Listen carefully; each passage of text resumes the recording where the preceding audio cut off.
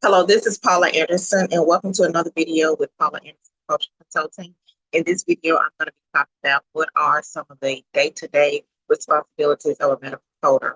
But before I do that, I want to give you a little bit of my background. So I do have two bachelor's degrees. One degree is in English, the other degree is in journalism with the emphasis in public relations. I have a master's degree in journalism and strategic media. I have my certified professional coder certification. I have my certified professional biller certification, and I am a instructor. So let's get started with this lesson. So medical coding tasks and responsibilities. So medical coders, one of the primary things that they are supposed to do is code operative reports or clinical notes based off of the medical documentation. So when I worked for a multi-specialty practice, I was coding general surgery, which consists of transplant cases, and I was also coding evaluation management. So I was actually looking at the medical record to determine what the actual CPT code and ICD-10 code was going to be. So actually, this was before the transition to ICD-10, so this was ICD-9. Now, there is a difference between physician coding versus inpatient coding. So physician coding is working in the doctor's office and also working for an outpatient center. So your guidelines for your physician and outpatient center is going to be similar. However, your guidelines for inpatient coding is going to be different. So one of the things, the big difference is with the physician and the outpatient coding, they're going to be using the CPT coding system in order to get the reimbursement. For the inpatient, they're going to be using the diagnosis related, just a DRG. So it's based off of the diagnosis. So that's why it's very important to have a strong foundation in diagnosis coding when you're coding from the inpatient setting. Another aspect of what a medical coder would do is review clinic notes based off of denials. So denials can range from, the procedure code is not valid or the documentation does not support the procedure code. So it just kind of depends on the situation. But if you're reviewing denials related to coding, then you will be the person that's responsible for talking to the billing team to make sure that you understand why the denial occurred and then what is the resolution for that denial. Now, another aspect of medical coding tasks is you can review the CPT and ICD-10 codes before they're sent to the payer. So when I was working as an independent contractor, I did the billing for the pediatricians in Memphis, Tennessee, and they had an electronic medical record system. And so within this system, they selected their own CPT codes, and at that time, it was ICD-9 codes. And so I just reviewed those codes, make sure that they were medical necessity was established, and those claims were billed out from that EMR system into the practice management system that they were using at that time. So, what are some medical coder characteristics? I see a lot of people say, I want to be a medical coder, and sometimes the main thing that they think about is, oh, I'm going to work from home. Well, that can be one aspect of it. That's just a small aspect of working, being a medical coder. So the first thing is a medical coder is a researcher. So if you don't like to read, if you don't like to analyze and really sit with the documentation and the guidelines, then this may not be the field for you. You are a problem solver. So once you're analyzing that medical record documentation, you're actually assigning a CPT code and you're assigning an ICD-10 code. And then you're attaching modifiers if a modifier applies to that scenario.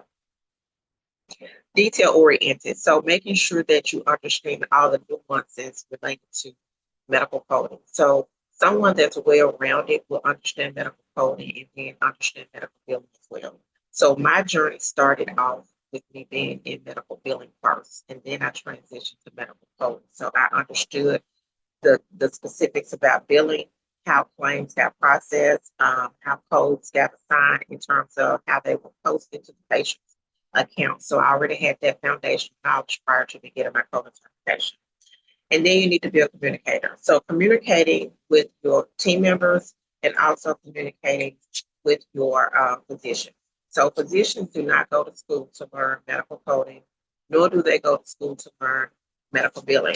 So what you have to do is you have to explain to them from a clinical standpoint to a reimbursement standpoint how this claim is going to impact them or how this code is going to impact them. And then that way they can understand. So what do you need to know?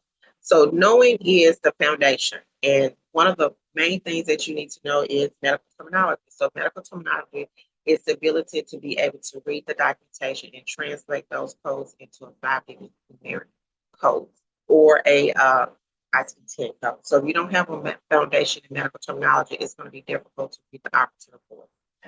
Medical coding specialization. So once you get your certification, you want to specialize, you want to be an expert. So behavioral health is an area that I don't feel like I'm an expert in, but that's an area that I have researched extensively.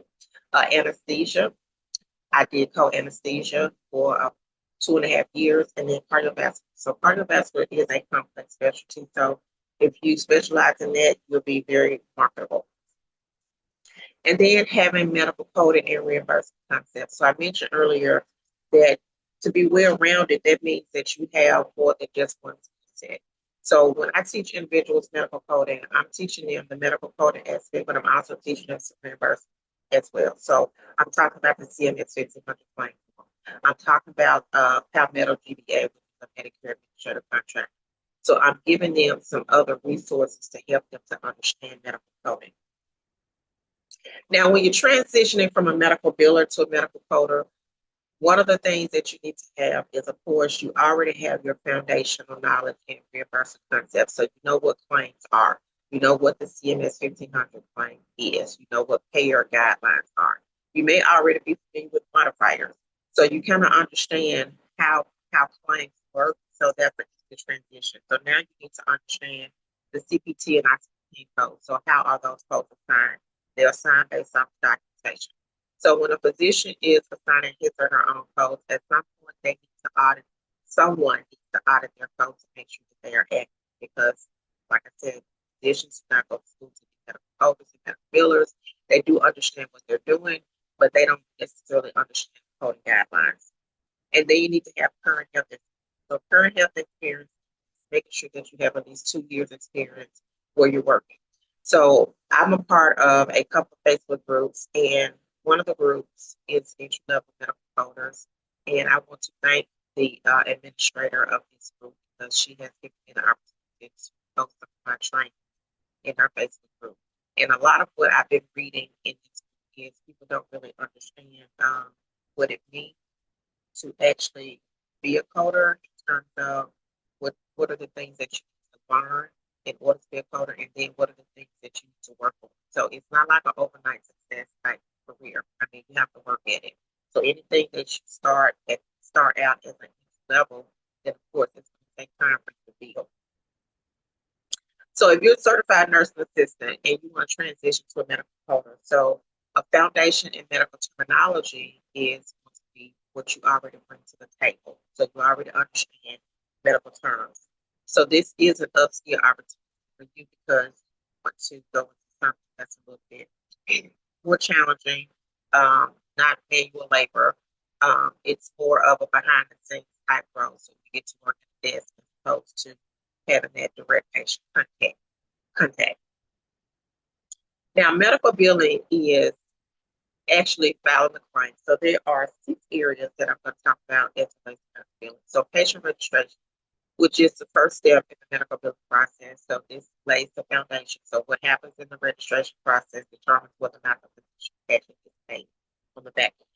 Then you have charge entry, which is actually entering in the ICD code. You have filing the claim, so making sure the claim is going electronically. Due to HIPAA, most claims have to go electronically. And then you have your insurance follow-up. So insurance payers don't always pay the claim the first time they receive it. So you have to have someone that's going to follow up. So normally the follow-up is 30 days, 60 days, 90 days, 120 days. And then if they're in denial. So as medical coders, yes, we do make mistakes. So you're not going to always get that claim processed correctly the first time. So the denials come in, those have to be worked and have to be researched. So I work for a practice back in, it's been a while now, and they had a lot of denials related to modifiers not being appended appropriately. And so once I was able to review those denials, I appended those correct modifiers to those claims were processed because they were payable claims and not the correct modifiers. And then payment post. So payment posting is taking the payments and posting to the patient's account.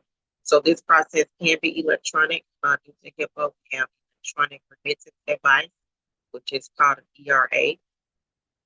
So you can actually post those transactions automatically. And then, of course, you still have to pay payment post. And then collections is just making sure that the patient has, made their payments. The insurance is paid. Now it's time for the patient to make their payment. And so what I would like to close with is that if you are interested in getting in the medical coding industry, I would recommend, these are my recommendations.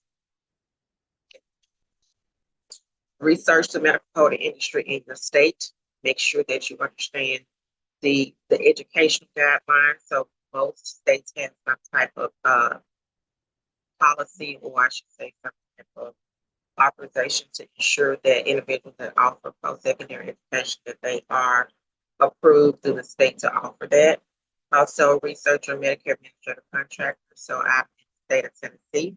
So Palmetto GPA is going to be our Medicare Administrative Contractor.